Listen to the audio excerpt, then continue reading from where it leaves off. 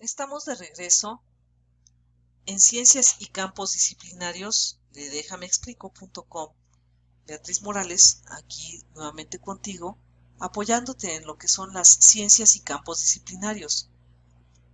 Las ciencias y eje transversal respectivos que han contribuido enormemente al desarrollo del ser humano de manera integral y sobre todo destacando en su contenido el respeto a la dignidad física y mental bajo una normativa de convivencia armónica con la naturaleza y con sus iguales a través del tiempo son la historia, la geografía, la antropología, la educación en derechos humanos.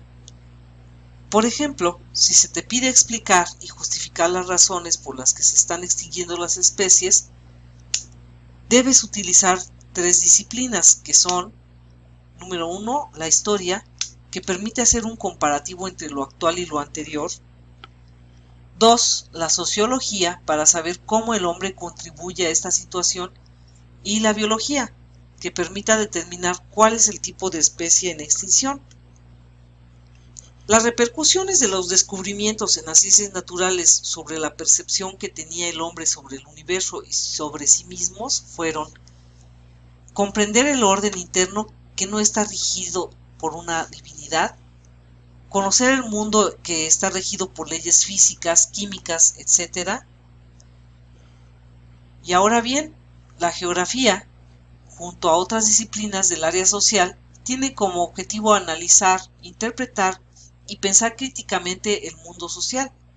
La geografía es una ciencia auxiliar para comprender la articulación histórica de la naturaleza y la sociedad, atendiendo a que las distintas formas de organización espacial son el resultado del particular modo en que las sociedades en determinados momentos históricos se relacionan con la naturaleza, transformándola según sus necesidades e intereses.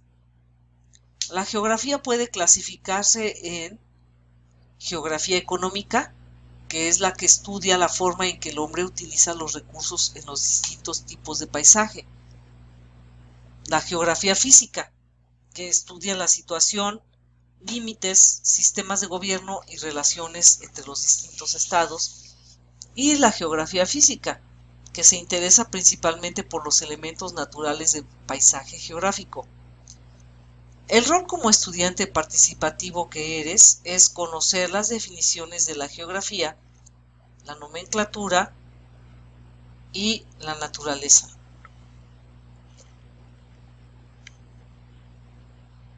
Ahora veamos el fenómeno natural.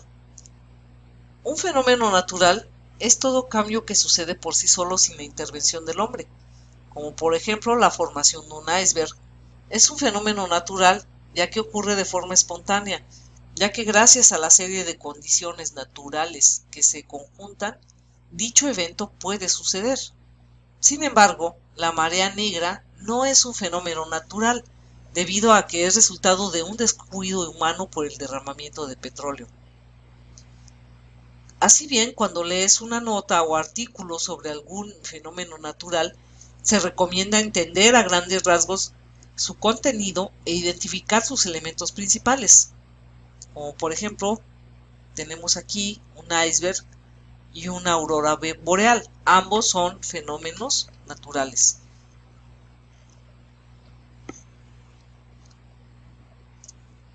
Dentro del siguiente parteaguas tenemos lo que es la historia. Y en palabras de Luis Villoro, la historia ha sido una de las formas culturales que más se han utilizado para justificar instituciones, creencias y propósitos comunitarios que ejercen cohesión a grupos, clases, nacionalidades e imperios. El objeto de estudio de la historia es la reconstrucción de los hechos.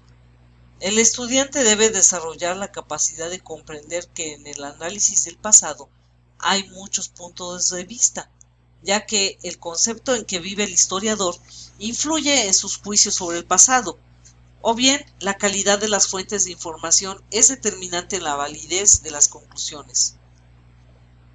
La historiografía se refiere al registro escrito sobre las sociedades humanas y la forma en que los historiadores han intentado estudiarlas. Para el estudio de la historia como una ciencia comprometida con la sociedad, La opción más apropiada que debe desarrollar el estudiante de bachillerato es identificar características principales de hechos históricos en textos representativos. Para la historia, todo relato puede ser contemplado con una perspectiva de dos niveles: historia y discurso. Relaciona ambos niveles con las interpretaciones que se indican a continuación y elige la opción correcta. Tenemos por un lado lo que es la historia, que se enfoca a los hechos y al acontecimiento narrado, y tenemos también el discurso, que es un ordenamiento y organización para narrar un acontecimiento y modalidad lingüístico-comunicativa de un hecho.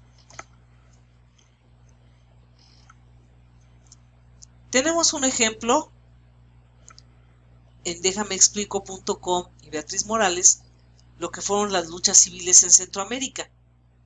Para fines de 1980, las luchas civiles en Centroamérica fueron tomando una relevancia a nivel latinoamericano e inclusive se pusieron en el foco de la atención mundial. El avance de los conflictos involucró a varios actores externos que estaban implicados en apoyo a una u otra de las partes del conflicto. En efecto, hubo varios personajes y países que intervinieron en este periodo, como por ejemplo el gobierno de Ronald Reagan aportó armamento y equipo para evitar que se presentara un gobierno revolucionario antinorteamericano como acababa de suceder en Nicaragua. Nicaragua brindó apoyo logístico, entrenamiento y armas ligeras a la guerrilla salvadoreña. La cultura. La cultura es todo lo que la humanidad ha hecho para satisfacer sus necesidades espirituales a lo largo de la historia. La cultura es un sistema organizado y es transmitida socialmente. La cultura tiene una función social y una función psíquica. Y el amor, la justicia, la libertad son valores universales que se pueden expresar mediante manifestaciones culturales. Por otro lado, los elementos de la cultura son los valores, que son criterios asumidos para juzgar lo que está bien y que está mal; las normas, que se refieren a una regla que rige el comportamiento en una situación particular; el lenguaje, que son sistemas de símbolos verbales que sirven para expresar significados más complejos; los símbolos, que hacen referencia a los objetos, gestos, sonidos o imágenes que se representan en algo diferente; y el conocimiento, que es la acumulación de hechos, creencias y habilidades prácticas.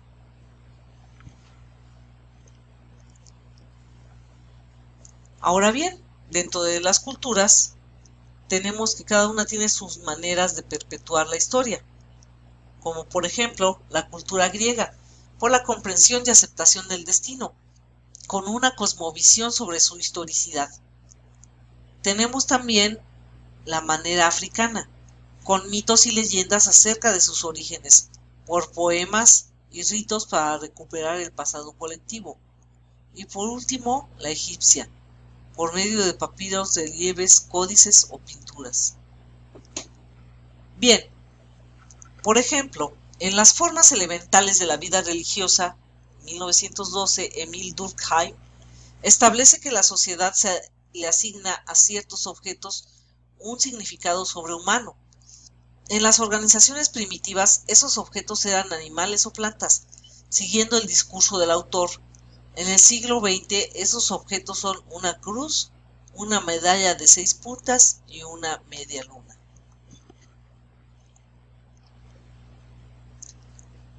Tenemos también lo que es el pensamiento filosófico.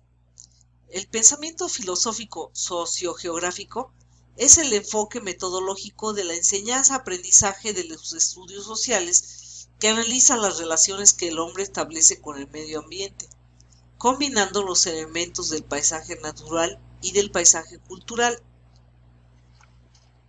Por ejemplo, el pensamiento de la Ilustración y del conservadurismo coinciden en cuanto al factor fundamental para el desarrollo de las personas, que son las instituciones sociales. Sin embargo, no coinciden Respecto al desarrollo personal, el primero es producto de la cultura, el segundo es resultado de la espiritualidad. Bien, el proceso conservador en el siglo XIX no deseaba analizar qué tan funcionales y tan racionales eran las instituciones como el Estado, la Iglesia, etc., porque eran instituciones intocables e incuestionables. El enfoque de síntesis por disensión se refiere a que en el mundo existen diversas razas, grupos y pueblos distintos, con características diferentes y de su diversidad se llega a su complementariedad, combinándose, suplantándose y mostrando sus divergencias.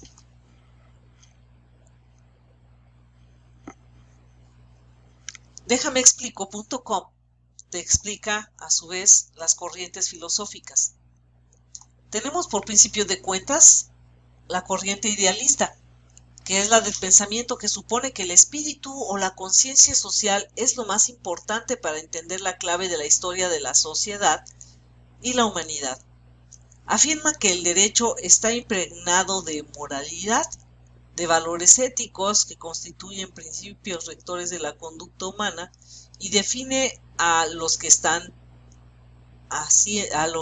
ciencia aspira, tales como los valores de justicia, bien común y seguridad. La corriente sociológica considera el derecho como fenómeno real tanto en su origen como en el desarrollo de la convivencia humana, ya que el hombre, al vivir en compañía de otros, requiere y le es indispensable el derecho. Corriente filosófica número 3, la normativista. Esta es la que considera el derecho como un conjunto de normas jurídicas coercibles y bilaterales.